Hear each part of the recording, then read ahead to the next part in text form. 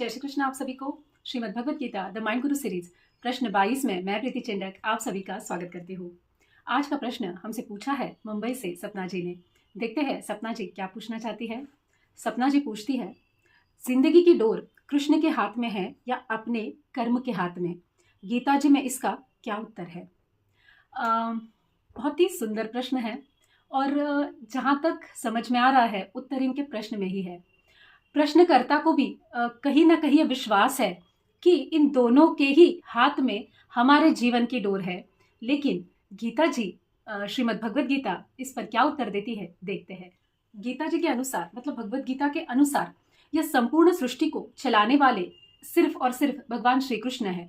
मतलब इस सृष्टि के कर्ता कर्विता, इस सृष्टि के स्वामी भगवान कृष्ण है और हमारे कर्म भी इसी सृष्टि के अंतर्गत आते हैं। इसका मतलब हमारे कर्मों को ज्ञान देने वाले भी साक्षात भगवान कृष्ण ही है। अब यहाँ पर सवाल ये उठता है कि सभी का साथ देने वाले भगवान कृष्ण हैं, तो फिर सभी ही अच्छे, मतलब गीता के अनुसार अच्छे निष्काम कर्म कर कर क्यों बना भगवान की कृपा का साथ क्यों नहीं पा सकते? तो इसका उत्तर हम इस प्रश्न के उत्तर के अंत में देंगे। उसका अंत में जवाब मिल जाएगा हमें। भगवान यहाँ पर प्योर ऑथेंटिक भक्तों की भक्ति देखते हैं। इसका मतलब उनका समर्पण देखते हैं। और प्रभु भक्ति के लिए सही चुनाव भी करना पड़ता है, मतलब सही कर्म भी करने पड़ते हैं और उसके लिए काफी सारे यत्न यानी काफी सारे जतन भी करने पड़ते हैं। यहाँ पर पहचान होती है सच्चे भगवत समर्पण की। तो भगवान भी ऐसे ही किसी को अपना भक्त नहीं बनाते हैं।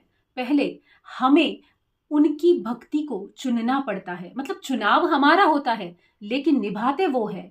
इस चुनाव के लिए ज्ञान भी वही देते हैं और निभाते वो है। और फिर जब सच्ची भक्ति चुनी जाती है तब वहां पर समर्पण भाव होता है और वही भगवत प्राप्ति के लिए प्रयत्नशील भी हो जाते हैं। भावार्थ भागवत में मैंने पढ़ा था कि स्वामी जी तो यहाँ तक कहते हैं कि भगवान को ज्यादा भीड़ पसंद नहीं। इसका अर्थ यह है कि भगवान ऐसे सभी को अपने बारे में नहीं बताते हैं, क्योंकि भगवान को जानना और पहचानना, उनके प्रति समर्पित होना, इसके लिए काफी पवित्रता और समर्पण, मतलब भक्ति की आवश्यकता होती है। तभी हम प्रभु भक्ति को पा सकते हैं। भागवत जी में तो यहाँ तक कहा गया है कि इसीलिए भगवान ने यह संपूर्ण संसार रूपी मायाजाल बनाया है। और अगर हम भी देखें तो हमें भी इस मायाजाल में फंसा हुआ हमें महसूस होता है। ये फंसाने के लिए ही मायाजाल बनाया है, क्योंकि अब हमारा ही देखिए ना, लौकिक जीवन में हम अपने लिए कोई ऐसी वैसी चीज या ऐसी वैसी बात या ऐसा वैसा इंसान नहीं चुनते। हमें कैसे सब अच्छा, मतलब हाई स्टैंडर्ड अपग्रेडेड चाहिए होता है। तो यह तो साक्षात परमपिता परमेश्वर है। तो इनके लिए जो भक्त समर्पण करते हैं वो भी उतने ही पराकोटि के यानी महान समर्पण वाले और महान भक्ति करने वाले होते हैं। तो भगवान को भी ऐसा वैसा कुछ नहीं चाहिए। तो तब भगवान इस मायाजाल की परीक्षा लेते हैं कि जो इस संसार मायाजाल में फंसता है वो इसे पार कर कर भगवान तक पहुंचता है या नहीं। मतलब यह जो भवसागर है, भगवान इसमें मदद भी करते हैं, लेकिन इच्छा हमारी होनी चाहिए कि इस भवसागर को हमें पार करने आना चाहिए। तो तभी भगवान इस मायाजाल में फंसाने का सारा बंदोबस्त करते हैं। मतलब ये इतना सुंदर बना देते हैं कि हमें इसे छोड़ने का मन ही नहीं करता। हम एक के बाद जिम्मेदारियां लेते रहते हैं, उन्हें पूरा करते रहते हैं और वो पूरा होने के बाद हम आनंद में रहते हैं। क्योंकि सांसारिक जीवन भगवान ने इतना मोहमय बनाया है कि इससे निकलना बहुत मुश्किल है। तो भागवत जी में स्वामी जी यही कहते हैं कि इस माया जाल को भगवान ने इस तरह से बुना है कि इसमें हर कोई फंसता ही फंसता है और जो इसको पार कर कर भगवान तक पहुंच जाता है, मतलब जो इस माया जाल में नहीं फंसता, सब हटाकर भगवान के लिए पहुंच जाता है, भगवान उसका स्वीकार कर लेते हैं। जैसे एक छोटा सा बालक जब रोता है और माता अपने काम में व्यग्र रहती है तो वो क्या करती है, उस बच्चे को खिलौने देती है, उसकी पसंदीदा खाने की चीज देती है कि इसमें लगा मन रहे, तो वो माँ को भूल जाएगा, माँ भी अपना काम अच्छे से कर पाएगी। और तभी उसे यह पता चलता है कि इस बच्चे को माँ कितनी दिल से चाहिए, ये चीजों में खोता है या माता की प्रेम में। अब ये तो लौकिक जीवन है, लेकिन जब माता के लिए बच्चा खिलौना, खाना ये नहीं चाहिए, हटा देता है सब कुछ कि बस मुझे तू ले ले, मुझे तेरी ही गोदी में आकर खुशी मिलेगी, आनंद मिलेगा, तब माता को भी सारे काम छोड़कर अपने उस बालक को अपनाना पड़ता है, उठाकर लेना पड़ता है, क्योंकि उसने दिए हुए लालच को वो नहीं जानता, वो उसे नहीं लेना चाहता। वो उन सब से अपना मोह निकाल कर अपनी माता में वो प्रेम करता है, माता के मोह में रहता है और माता के प्रेम में आसक्त होकर वो सिर्फ माता को ही देखता है। अब इसी को हम भगवान की भक्ति के साथ भी जोड़ सकते हैं। जैसे माता ने बालक को खिलौने दिए, पसंदीदा खाने की चीजें दी कि इसमें इसका मन लगा रहे, वैसे ही भगवान ने इस संसार रूपी माया जाल में इतनी सारी चीजें दी कि इसमें उनके बच्चे का मन लगा रहे, लेकिन यानी कि हमारा मन लगा रहे और भगवान हमें देखते रहे कि क्या इसमें फंसते हो या इसको हटाकर मुझ में आ बसते हो।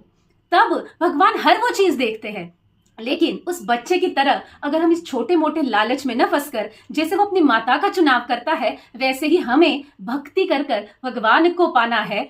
तभी हमें इस भवसागर से मुक्ति मिलती है और इस माया जाल से भगवान स्वयं हमें बाहर निकालते हैं। भगवान ने हर रास्ता इतना क्लियर रखा है, लेकिन हमारी आंखों पर मोह, लोभ, क्रोध, अनावश्यक प्रेम इत्यादि चीजों का ऐसा पर्दा पड़ा है कि हमें हमारे जीवन का रहस्य, हमारे जीवन का उद्देश्य पता ही नहीं चलता। इस संपूर्ण चीजों को चलाने वाले साक्षात परमपिता परमेश्वर है और हमको डायरेक्टली उनका ध्यान करना है, हमको उनका हाथ थामना है, और यही हम भूल जाते हैं, क्योंकि जैसे ही हम उनका हाथ थाम लेंगे हमारे जीवन का तो कल्याण निश्चित है। अब ऐसे ही लौकिक में भी आप उदाहरण देख लीजिए, जब भी कभी हम नामस्मरण में बैठते हैं तो हमें उसी वक्त घर का कोई काम याद आता है, व्यापार का कोई काम याद आता है। जैसे अगर हम प्रभु भक्ति के लिए बैठते हैं, पाठ के वक्त बैठते हैं, तो मोस्टली हमारा ध्यान, अगर हम लोग गृहस्थ में या संसार में इतने रचे बसे हैं, तो हमें एक, अगर गृहिणी है तो उसे गैस पर कुछ चढ़ाया है क्या, कुछ हो जाएगा क्या, खाना क्या बनाना है, ये क्या करना है, इन्हें परोसना है,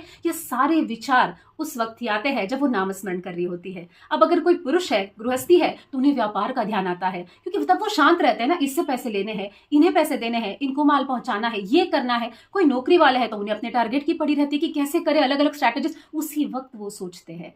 तो नामस्मरण में उनका ध्यान नहीं होता। हम भी अनुभव बहुत बार करते हैं कि नामस्मरण के वक्त हमेशा हमारे मन में संसार रिलेटेड कोई ना कोई चीजें आती है, वही विचार हमारे मन में आता है। तभी समझ जाना भगवान यह व्यत्यय पैदा कर रहे हैं, इससे हट जाए। तब वो अगर मन में आए तो आने दो, बस वो निकल रहे हैं, लेकिन फिर से अपने मन को यत्न कर कर वापस प्रभु भक्ति में लगा देना है, वापस सॉरी कह देना है, भगवान में लग जाना है कि यह कभी नहीं भूलना कि मैं प्रभु भक्ति में हूं, मैं भगवान का स्मरण कर रहा हूं, तो मुझे संसार की कोई भी चीज अभी नहीं सोचनी है। क्योंकि जब हम भगवान से कनेक्ट करते हैं तो हमारे अंदर जो इन सारी चीजों को सुलझाने की शक्ति है वो अपने आप आ जाती है। इसलिए जब नामस्मरण करें तब संसार के विषयों का ध्यान नहीं होना चाहिए। अब जैसे हमने देखा कि भगवान हरेक को नहीं लेते हैं, मतलब हरेक को अपने साथ नहीं देखते, हरेक को, अब देखिए संत महात्मा है जो बहुत सारे यत्न करते हैं, बहुत सारी तपश्चर्या करते हैं और भगवान को पा लेते हैं और उन्हीं में अपना मन लगाते हैं। गृहस्थी के लिए थोड़ा सा मुश्किल होता है, लेकिन भगवान ने काफी सारी सुविधाएं गृहस्थी को दी हुई है। अब जैसे हमें सारी चीजें करते हुए अपना ज्ञान रखना है कि गृहस्थी भले ही है, हमें गृहस्थी के सारे कर्म भी करने हैं, लेकिन उनमें फंसना नहीं है। हमें यह नहीं भूलना है कि हम परमपिता परमेश्वर की संतान हैं, हमारा उनके लिए जो कार्य है, उन्होंने जिसके लिए मुझे यहाँ भेजा है, वह करना बहुत जरूरी है, उन्हें नहीं हमें भूलना है। इसीलिए बहुत बार हम देखते हैं कि हर कोई अपनी भक्ति अनुसार, यानी जिस तरह से उन्हें भगवान समझ में आए हैं उस अनुसार मांगते हैं। अगर संत महात्मा देखो तो वो वैकुंठ मोक्ष मांगते हैं। अगर कोई थोड़े बहुत सुख सुविधा लौकिक जीवन में रजोगुणी इंसान है, वो स्वर्ग सुख मांगते हैं या अगला जन्म अच्छा देना, यह मान लेते हैं। अब कुछ है कि इसी जन्म में सब कुछ मिल गया, यह जन्म लंबा चलता रहे, ऐसी कोई मांग कर लेते हैं। इसका मतलब हर कोई अपने स्वभाव और भक्ति अनुसार मांगता है। तो जितनी व्यक्ति है उतनी उनकी प्रकृति है, उतनी वैसी उनकी भक्ति है, वैसा उनका कर्म है और बस इसी अनुसार उनका फल है। तो हर चीज हम पर निर्भर करती है कि हम क्या चुनते हैं। अब भगवान कृष्ण को मानना, जानना, पहचानना या उनकी शरणागति में रहना उतना आसान नहीं है और उतना मुश्किल भी नहीं है। भगवान को सिर्फ एक सच्चा हृदय चाहिए। भगवान सिर्फ हृदय में रहते हैं, उनके हृदय में निवास करते हैं। श्रीमद् भगवद गीता के 3 अध्याय के 27वें श्लोक में भगवान कहते हैं, मनुष्य के सभी कर्म प्रकृति के गुणों द्वारा ही किए जाते हैं, परंतु अभिमानवश अज्ञानी व्यक्ति मैं करता हूं ऐसे मानता है और कर्म का कर्ता अपने आप को कहता है। जैसे हर चीज प्रकृति द्वारा होती है और हमें पता है प्रकृति के स्वामी तो साक्षात परमपिता परमेश्वर है, तो इंसान गलती कहाँ कर बैठता है कि वो भगवान को तो मानता है लेकिन ये कर्म मेरे है, मैं कर रहा हूं, इसमें अहम आता है। तो यहाँ पर ये सब प्रभु द्वारा हो रहा है, भगवान कर रहे हैं, ये उन्हीं को समर्पित है, ये उन्हीं का कार्य है, यह इंसान भूल जाता है और अपने आप को अपने कर्म का कर्ता मानने लग जाता है। मनुष्य क्रियाओं में भेद करता है। अब जैसे हमने देखा कि सब कुछ सृष्टि कर रही है, जैसे भोजन पचाना या शरीर का बनना इत्यादि चीजें वो मानता है कि प्राकृतिक है, नैसर्गिक है, लेकिन देखना, सुनना, भोजन करना, कार्य करना इत्यादि यह ज्ञान पूर्वक की जाने वाली चीजें वह सोचता है कि मैं कर रहा हूं, मेरे द्वारा हो रही है, यह वो सब अज्ञानतावश सोचता है। यानी यह दोनों क्रियाएं केवल एक ही यानी प्रकृति द्वारा होती है, लेकिन अहम से मनुष्य हर बात को अपने द्वारा होते हुए देखता है। फिर हम भगवान का अस्तित्व मानते हैं, उनकी पूजा करते हैं, लेकिन स्वयं को नहीं भूलते। लेकिन हम ये नहीं सोचते कि हमें जलाने वाले भी वही है, हम भी इसी सृष्टि का हिस्सा है, हमारे अंदर जो कुछ भी है वो सृष्टि का है, यानी सृष्टि के स्वामी भगवान परमेश्वर है, परमपिता परमेश्वर का है। जब हम अपने आप को कर्ता मानते हैं तो भगवान भी हमें देखकर मुस्कुराते हैं और हमारे मजे लेते हैं कि हाँ ठीक है, जो करना है कर ले, मैं भी देखता हूँ, फिर अंत में तो मुझे मेरे पास ही आएगा, तब मैं संभाल लूंगा, क्योंकि वो तो दयालु है। लेकिन पहले हमें पूरा चांस देते हैं। अब हमें क्या करना है, हमें भी बिल्कुल स्मार्ट बनना है, हमें शुरू से ही भगवान को सब कुछ समर्पित कर देना चाहिए और अपने आप को हम आपके भरोसे पर है, हमें जो भी है वो आपके साथ रहना है। तब हमें भगवान की शरण में चले जाना और यही मानना है कि हे नाथ, मैं आपका हूं। अब जब हम ये कहते हैं कि आप मेरे हो तो कहीं तो कोई अधिकार लगता है, लेकिन हमें तो पूर्ण शरणागति लेनी है, तो हमें यह कहना है कि नाथ मैं आपका हूं। जब हम ऐसे भगवान को कहते हैं, इसका मतलब यह मेरी गाड़ी है और आप इसके चालक हो, आप इसके मार्गदर्शक हो, आपको जहां लेके जाना है जाइए। ये जीवन रूपी गाड़ी को उनके भरोसे पे हमें छोड़ देना है। जैसे हम किसी गाड़ी में बैठते हैं तो ड्राइवर जहां लेके जाएगा, हम रात सो भी जाते हैं, आराम से बैठ जाते हैं, क्योंकि हमारा संपूर्ण विश्वास उस ड्राइवर पे होता है कि वो हमें सही सलामत पहुंचा देगा, हमारे गंतव्य तक छोड़ देगा। यहाँ पर तो साक्षात परमेश्वर के ऊपर भरोसा करना है और हमारे गाड़ी के चालक, हमारे मार्गदर्शक उनको बनाना है और बस हमें आराम से बैठ जाना है कि जो करेंगे आप करेंगे, क्योंकि मैं तो आपका हूं। यह बोलना बहुत जरूरी है कि हे नाथ मैं आपका हूं। हम जब यह कहते हैं कि मैं आपका हूं तो हम भगवान की जिम्मेदारी बन जाते हैं, फिर भगवान हमारी जिम्मेदारी पूरी तरह से लेकर निभाते हैं, लेकिन उसमें जैसे मैंने कहा प्योर ऑथेंटिक शरणागति चाहिए। अब इसका प्रमाण हमें 18वें अध्याय के 61वें श्लोक में मिलता है कि भगवान सभी प्राणियों के हृदय में निवास करते हैं और अपनी माया से शरीर रूपी यंत्र पर आरूढ़ हुए संपूर्ण प्राणियों को भ्रमण कराते हैं।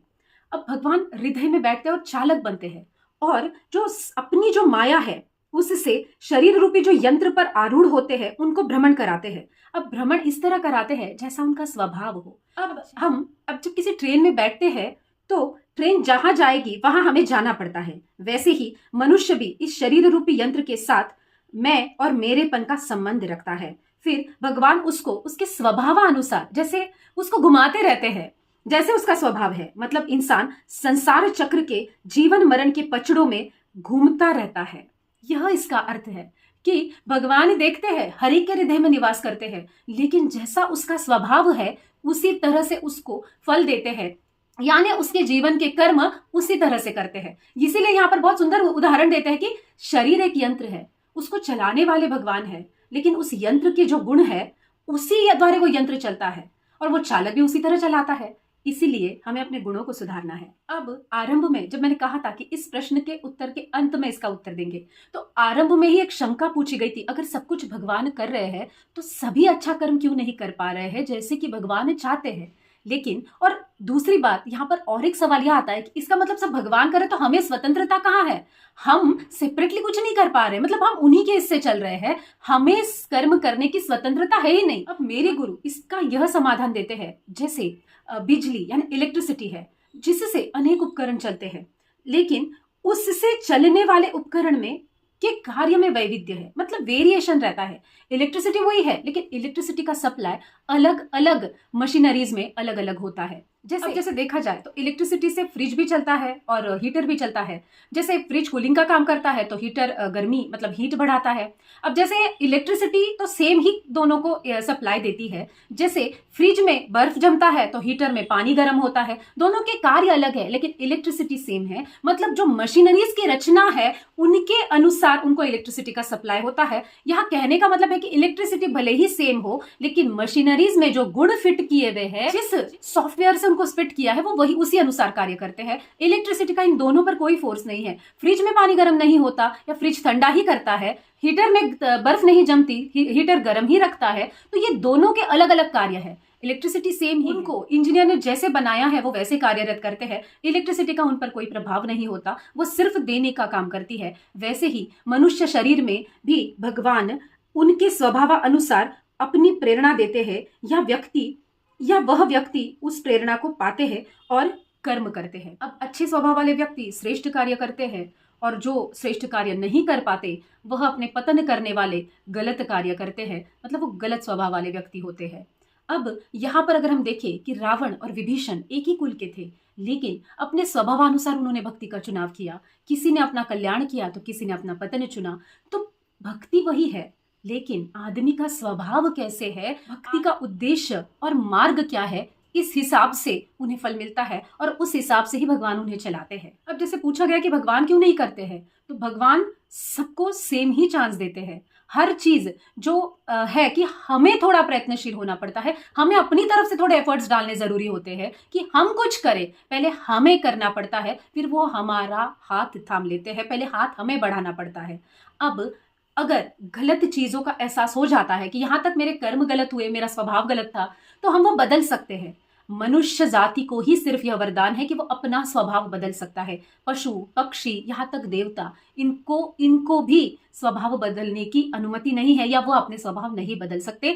इस सृष्टि में सिर्फ और सिर्फ मनुष्य है जो अपने स्वभाव में अपनी इच्छा अनुसार परिवर्तन ला सकता है। मतलब देखिए ना कि जब हम सोच ले कि हमें अच्छा ही करना है तो भगवान ने हमें मार्ग भी ओपन करके रखा है कि अगर अच्छा करने का मन में आ गया है तो तुरंत अच्छा कर लीजिए, रुकिए नहीं। भगवान को पाने की अगर भक्ति मन में आई है तो भक्ति कर लीजिए। यानी सिर्फ मनुष्य ऐसा एक ही प्राणी है सृष्टि में जिसे यह वरदान है कि वो अपना स्वभाव, अपने को जैसे ही अपने प्रवृत्ति का ज्ञान होता है और वो अगर हमें लगती है गलत है तो उससे निवृत्ति लेने की हमें अनुमति है। तब मनुष्य को गीता में बताए हुए कर्म योग, ज्ञान योग और भक्ति योग, इन द्वारा भगवान की भक्ति कर भगवत प्राप्ति के लिए यत्नशील यानी प्रयत्नशील होना है। तो एफर्ट्स हमेशा हमें डालने हैं। मदद करना और अपने एफर्ट्स को सक्सेसफुल बनाना यह भगवान की जिम्मेदारी है। हमें सिर्फ अपना काम करना है और बस वो समर्पित कर देना है। अब पूछा गया प्रश्न कि जीवन की डोर किसके हाथ में है, भगवान कृष्ण के हाथ में है या कर्म के हाथ में है? तो इसका उत्तर यह है कि हमारे जीवन की डोर, यह उपरोक्त विवेचन से अभी हमें ध्यान में आ गया है, जीवन की डोर बट ऑब्वियस भगवान कृष्ण के ही हाथ में है।